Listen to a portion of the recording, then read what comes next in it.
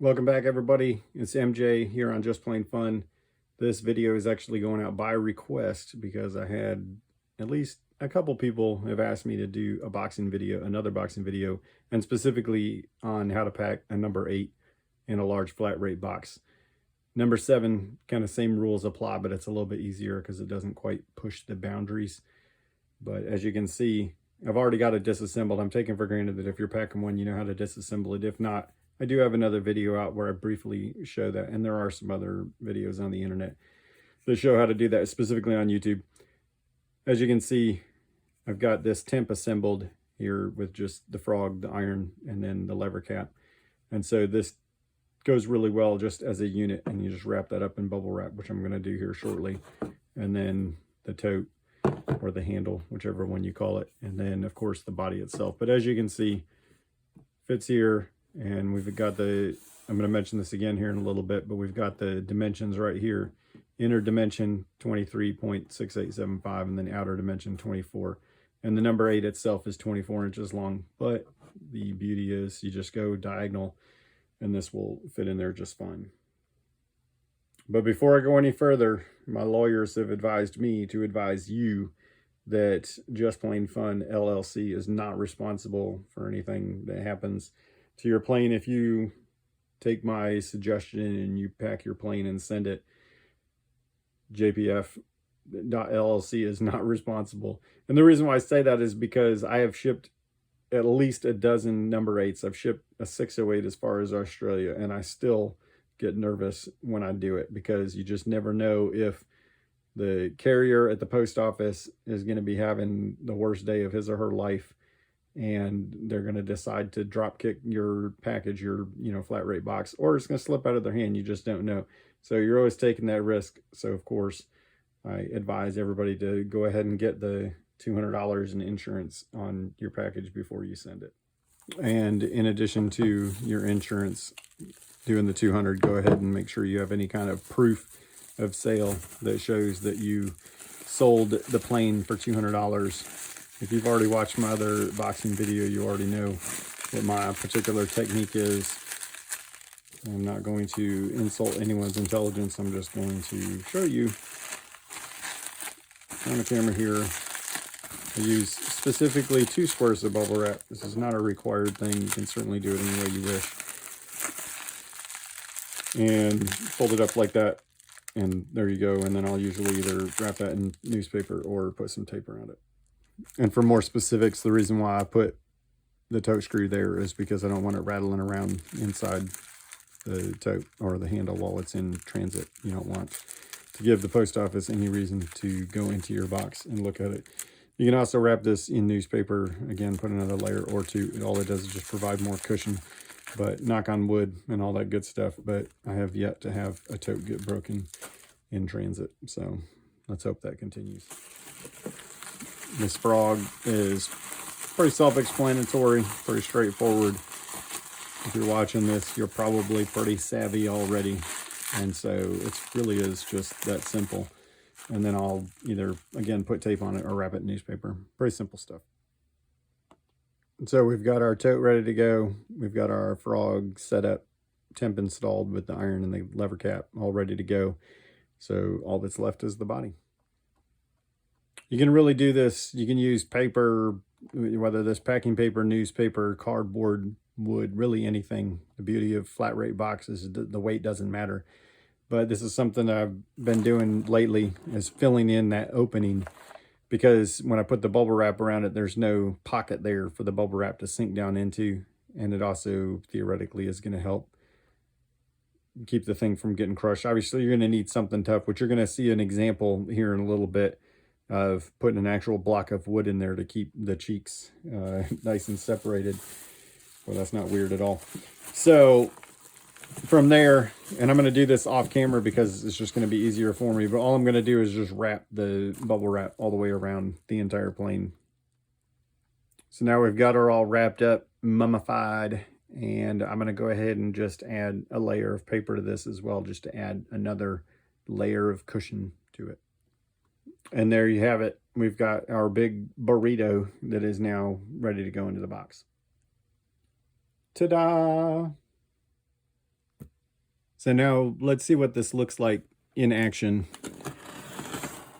So this was a number 8 that was recently sent to me in a large flat rate box from New York, because when you start getting into this much weight, chances are regional shipping is not going to cut it, because it's going to be more expensive. And so the $21.90 for a flat rate box anywhere in the US is going to be the best deal. And then when you start talking about international sales, it's the same thing. And so this is what it looks like in real time, if you will. This is what it looks like in practical application. This is a number 8 packed in a large flat rate box. So the outer dimension on the large flat rate is, right at 24 inches. It actually says right on the box. And so, as you can see, the number 8 fits in there diagonally. And this one was wrapped in bubble wrap and then also in paper, which is a pretty solid technique for making sure that they're, properly wrapped up. And so, pretty happy to have all of this extra bubble wrap now. This is actually not a bad technique either, right here, bracing the cheeks so that, theoretically, if something was to make contact there, probably not going to happen with the bubble wrap and the paper in the center of the box, but still definitely not a bad technique, and it gives you something, a bridge for the bubble wrap to go over.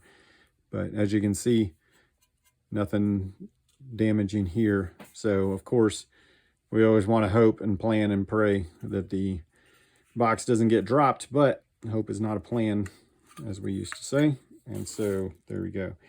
And this is actually, I'm told, is a union number 8, which would make sense for why it doesn't have anything here, because it's probably not a number 5. I'd have to look at the frog to be sure, but we'll stick with the union thing until we see some more. So as you can see, number 8 body fits diagonally in the large flat rate box, and there you see it in actual practical application. So on second thought, before we get back to that, I just want to provide a little bit more context to this. I talked about the lateral adjust lever having the twist there, or mentioned that it was different than a normal Stanley. So when I say union, of course, I mean after the Stanley buyout. And so Stanley bought out Union and then continued to make planes under the name. And then Stanley also made Lakeside planes. So, I don't mind saying I don't know. And so I'm going to say I don't know. This could actually be a Lakeside plane for all I know. All I know is, or what I am pretty confident of, is that it was made by Stanley. So it's got the Lakeside iron in it. It's got, a little bit of life left on it. And so, as mentioned before, if anybody happens to be interested in an 8C Stanley made, fairly clean, just, where to find me. And it is for sale. And then just for fun, just to show you what's possible, this has actually got a number 7 body in here as well. And obviously a number 7 being only 22 inches long, plenty of room in a large flat rate box. That's how most of us send them, at least if we're going coast to coast. And so got a number 7, not a bad looking little body. Probably see if I can maybe put that guy back together. I don't remember what all parts are. I'm going to ask that y'all pardon those shavings all over the floor, because it turns out that every now and then the guy who sells you the tools and ships them all over the world, every now and then he gets to actually play with some tools and make some shavings. So, of course, you're going to want some padding at one end. That's what I'm doing here. And then this is, arguably the most important part, because if the box was to slip out of somebody's hand or it falls, you want it to be able to withstand a drop from 4 feet. That's a general rule that I've heard. I've never seen it in writing, but it seems to make sense. And so that's where this little guy comes in. This is just an added layer of protection that's going to go in the corner to fortify the box and also to hopefully protect the corner of the plane. And of course, you might make the argument and say, well, if you're having to do all of this to protect the plane, why not just put it in a larger box? And to those folks, I say, do it, because I am not about having a plane get damaged.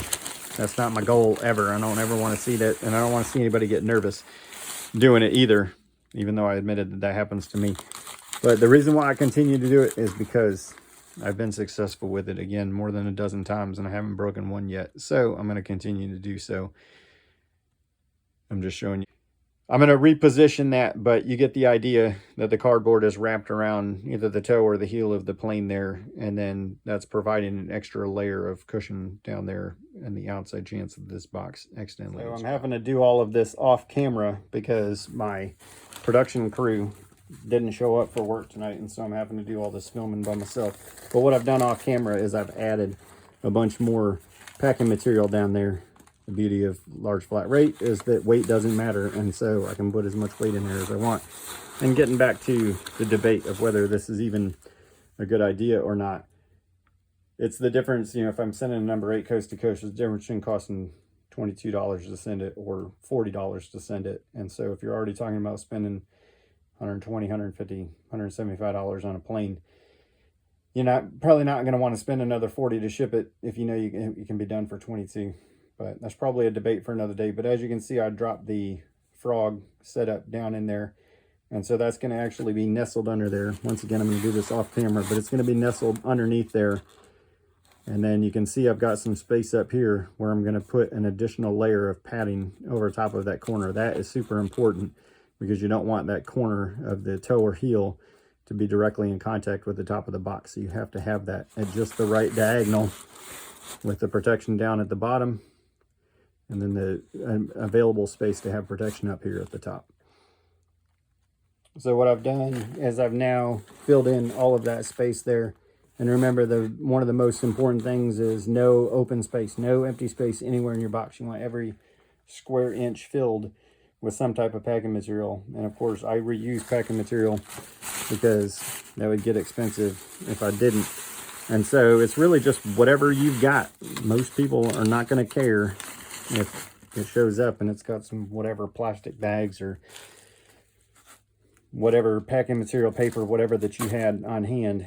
And so as you can see, I'm leaving this pocket up here at the top, which is where I'm going to put my tote that's nice and wrapped up. And I'll actually put it in there standing up like that, so that, and I'll put some more packing material around either side of it, so that way it's not going to get smashed if the box gets dropped. That's always our concern, that we hope doesn't happen. So I've kind of swirled it around there, mostly for demonstration purposes. I wouldn't necessarily do that if I was not doing this on camera, and I may even alter it before I pack it up. But strictly for demonstration purposes, I've got the tote standing up on its side, if you will, and then you can see, hopefully you can see, that I've still got plenty of space up here at the top. And so I'm going to fill all of this space in and have that additional layer of cushion at the top in order to protect everything. My box looks kind of fat now, and as I've read or heard, you cannot legally alter the shape of a flat rate box, which makes sense because then people would just conform it around whatever they were shipping. I've got it. It looks fat now, but it's gonna shrink up whenever I close it. And as you can see, I put this additional layer around the toe or heel as applicable. And the reason why I like the corrugated cardboard is because it provides a cushion. It's not something stiff that an impact or a blunt hit is going to transfer directly to the plane. It's going to provide some cushion. So I've got the foam in there and I've got the corrugated cardboard. And so that's going to absorb that impact and keep that from getting damaged if it falls. Hopefully you can see that off camera I have taped the seam. So I've started the process of taping. If you've ever received a box from me, which is roughly half of you, you know that I am no stranger to tape. I tape the bejeebies out of my box, and I'm just getting started. I'm doing it off camera because tape is kind of loud and I don't know how to control the volume on this thing. So I'm taping the seams, and of course I'm going to encourage you to completely engulf the entire box in packing tape. Lately I've been buying this shield tape, which I get on eBay. It's around $1 a roll, and I am happy to spend $1 in order to, or 50 cents if I use half a roll, to make sure that my box is plenty taped up, plenty secure, that my seams are all secure. And in my case, again, I engulf the entire outside of the box in tape because it also provides a moderate level of weather protection as well in case the box was to get rained on. So I've now taped my outer edge there, And one of the big complaints that I hear about flat rate boxes is that it's not very thick cardboard. The post office probably saves money by using thinner cardboard. And that's probably true. But that is yet another reason why I put extra tape on it. And again, I don't mind spending that extra money, the 50 cents or even $1 if it comes to that. So very important. Can't stress it enough. You have to tape the seams, and I encourage you to tape the entire box. General rule of thumb, this is just a PSA, the more weight you have in a box, the more tape I encourage you to put on it, because the weight is going to affect things. It's going to affect how people handle it and increases the chances of them dropping it, etc., because they don't necessarily know how heavy it's going to be. So this one's coming in at around 10 pounds and change here. If I had access to a printer and a reliable computer, or switch those, a computer and a reliable printer, I would probably jump on the pirate ship bandwagon. Unfortunately, I don't.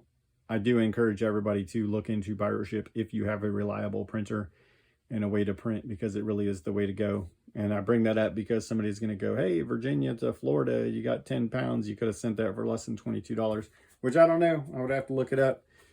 But the purpose of the video, of course, is to show you how to put a number 8 into a large flat rate box. So that's really what we're going for here. There you have it. She's all taped up, obviously covering the address there. I could have just turned it upside down, but what fun would that be?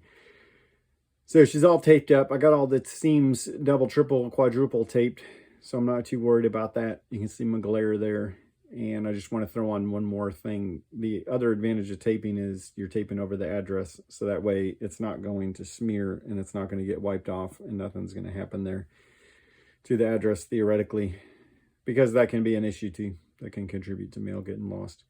So as a recap, if you choose not to use the large flat rate box, you choose to use your own box, then I say more power to you. And I would still recommend following the same basic ideas here, unless you have some other way that really works well. And I have seen some other methods and techniques out there that do appear to work really well. And so just like cleaning up hand planes, there's no one right way, or there's a lot of wrong ways, but there's no single right way to pack a hand plane.